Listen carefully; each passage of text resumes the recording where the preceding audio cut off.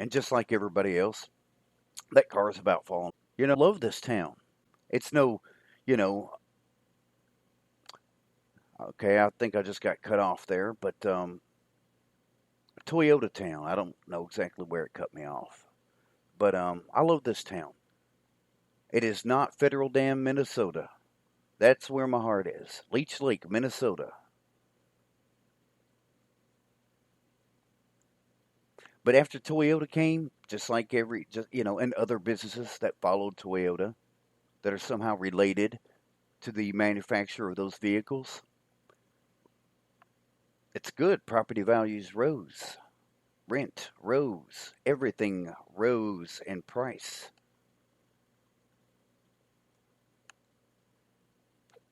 Live out in the country on a co op electric grid, which means higher rates. The average price for a house in this town or to rent a house, especially one of this size, is about 12 to 1,800 bucks a month, not counting utilities. Lucky enough to be in the house that I'm in, it's 550 a month. Now think about it. I get 550 a month,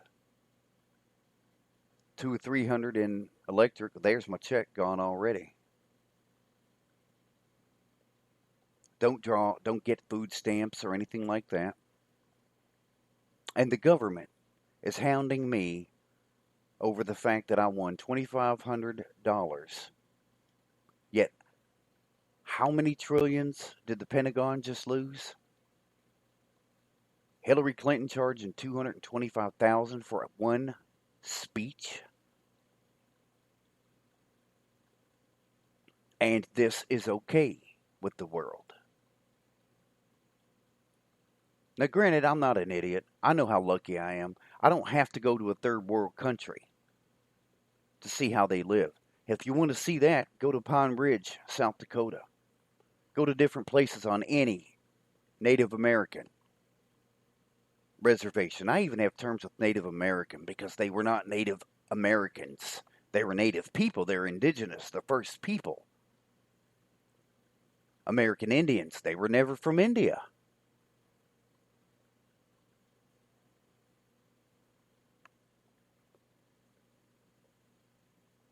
Just a little fed up.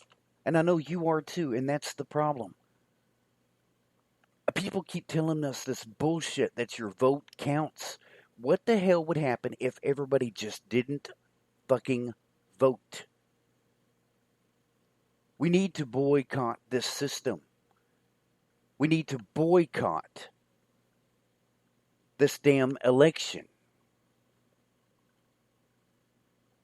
You're working at least 40 hours a week. I wish I could. I wish I could. I would be a hell of a lot better off. And I might one day just buck the damn system and say, screw you, it's my cancer. If I want to die from it, I'll die from it. Because what treatment can I get? Pain control. And I even let them take that because, it's funny. It's funny. The system. Granted, I understand that prescription drug abuse is the most, common form of overdose. Because when you hear the term somebody overdosed, you're thinking heroin, cocaine, or some crack or whatever in a back alley somewhere. But it's happening in everybody's house.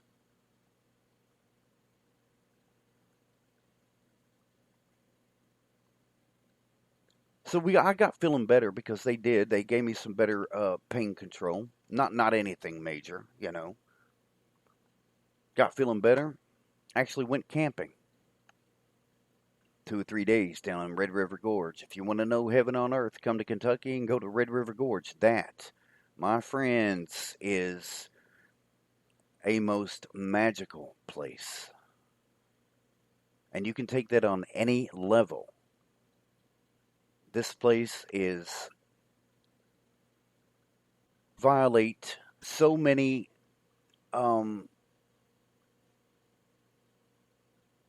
things, so many aspects of your own personal life, your personal rights as an individual. But uh, granted, again, I do understand the need to control these medicines. I do understand. Now, if they would wake the hell up and legalize marijuana, because marijuana has been proven in so many tests by so many other countries to slow cancer rates, to cure. I mean, you just look it up. If you're not a believer, you know. So anyway, I missed this call, and what they do is they call you, and you go in and you take your prescription, and they will count your pills to make sure that you have the amount you're supposed to have, so they can verify that you're not selling them or overdosing on them. Granted, I'm not knocking it. I understand. But because I felt better and was finally able to go do something physical, with respect to my condition, because honestly, at any given moment I could just bleed out. In 1 week at the University of Kentucky, they lost me 7 different times because I was bleeding out. The pancreas was bleeding through the ampulla into the stomach. So I was really losing blood a lot. And I may be negative. Yes, the rhesus factor, negative. And boy, that's been a ride too, as I've learned quite a few things about people who are Rh negative. So anyway, we're camping. So I missed the call to come in.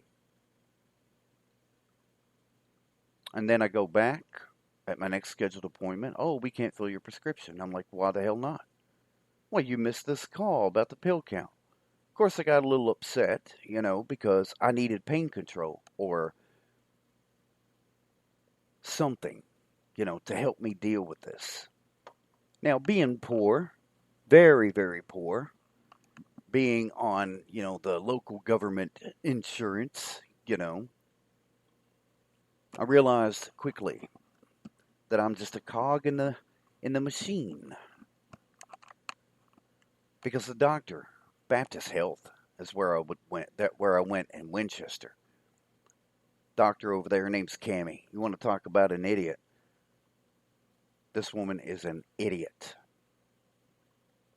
I mean, what bothers me is when you go in there, I mean, of course, she's getting paid. The pharmacist is getting paid because my prescriptions, unless they're a controlled substance, are about $1, $3, some crap like that. So as long as I keep going to that doctor, everything's fine. But tell her things like, oh, I'm having some mental issues. I'm having some sleep issues. I'm having some mental issues. I should elaborate. Well, it doesn't matter. It's not like I'm physically coming into your house, but finally stopped taking it. And I told her, if you can't keep the prescription straight to where I'm constantly, have the Paxil, I'm just going to quit taking it. Well, that's your choice. Why is it my choice? Why isn't she obligated to make a choice of giving me better service? And besides the fact that I've told her for years anyway, the Paxil wasn't working. But tell her I can't go to sleep. Well, I can't do anything about that. I was also on Neurontin, gabapentin. Oh, they changed the schedule of gabapentin to, I think, a Schedule 1 or 2, I don't know what it is, drug. And because that schedule changes, I suddenly no longer get that medicine. And to tell you the truth, that actually controlled the pain better than any opiate, any other narcotic. But does it matter? No. No, it does not. Now, Kentucky is run by idiots. Except for Matt Bevin, so far, I kind of respect this guy as governor. I mean, he's doing a decent job. But then you got to get that asshole Mitch McConnell. puts his hand in every damn thing.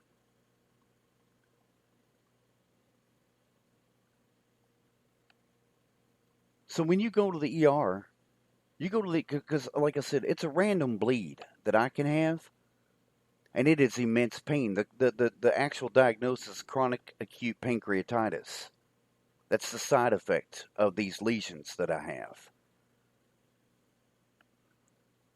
So they run this thing called the Casper report to make sure you're not, that you haven't been convicted of any kind of drug crimes or anything, or drug related. Of course, my Casper's clean. I've never done anything like that.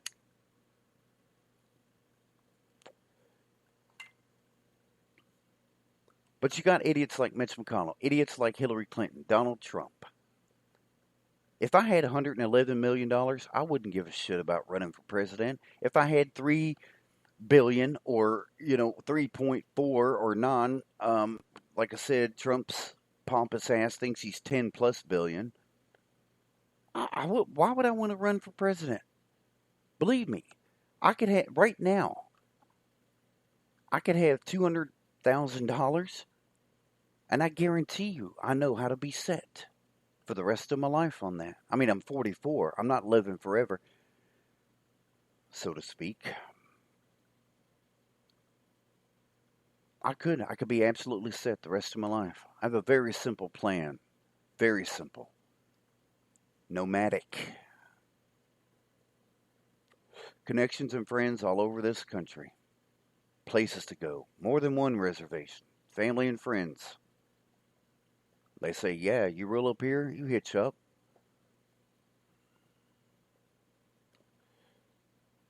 The reason I'm so anti this damn political system, I was lucky enough to spend some time at Leech Lake Reservation, and I saw how the people there worked.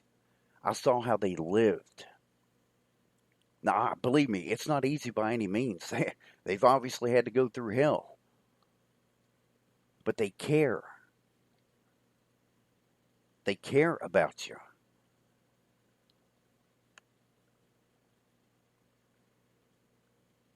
They take care of you, and you can be of them, a like mindset.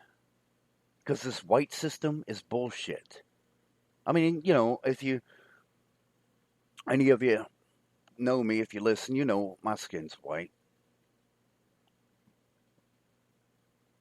But if it were 1850, I'd be called an engine lover. You're damn right. My problem, and there are two friends of mine, twins. I love these guys. They are my brothers. And they're very religious. And I love that about them. And I've gone to their church a couple times. Actually, literally, maybe a couple. Once on, it's a Harmony Christian up here in Georgetown. I went on a Christmas Eve mass because, well, that year my mom had actually just passed, and I was so depressed, suicidal actually, and occasionally I still bounce around the concept of suicide. I'm a firm believer in the little red hen. Now, if you don't know the story, you should look it up because I'll never be able to tell it. But the synopsis of this story is this: there's this little red hen, and she's gonna make some bread, right? She's got what she needs to go make the bread, and all these other animals. She's like, "Do you want to come help me make this bread?" And it goes through the process of grinding to make the meal and all the process of making the bread. But the animals, the other farm animals, don't want to help her. And my grandmother.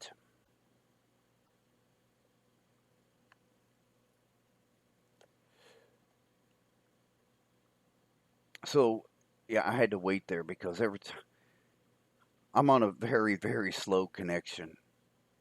And because I ran out of high speed data on my phone, so I tether the laptop